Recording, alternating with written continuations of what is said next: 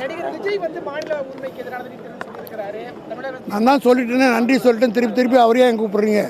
ஒரு வாட்டி நன்றி சொன்னால் போதும், அவ்வளோதான்.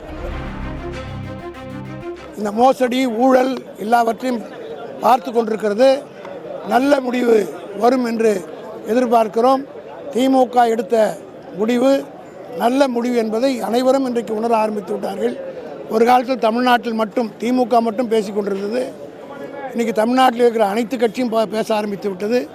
ஏன் இன்றைக்கு காலையிலே கூட நடிகர் விஜய் கூட தாமாக முன் வந்து இந்த தீர்மானத்தை முழுமனதாக ஆதரிப்பதாக சொல்லியிருக்கிறார். ஆக ஒட்டுமொத்த தமிழர்களும் இதை ஆதரிக்கக்கூடிய நிலை ஏற்பட்டிருக்கிறது. அகில இந்திய அளவிலே இந்த இஷ்யூ இன்றைக்கு பரவலாகி இருக்கிறது. ஆகவே நல்ல முடிவு வரும். கடந்த முறையெல்லாம் வேறு, இப்போ பாராளுமன்றமே வேறு மாதிரி இருக்கிறது. நிச்சயமாக மாற்றங்கள் வரும்.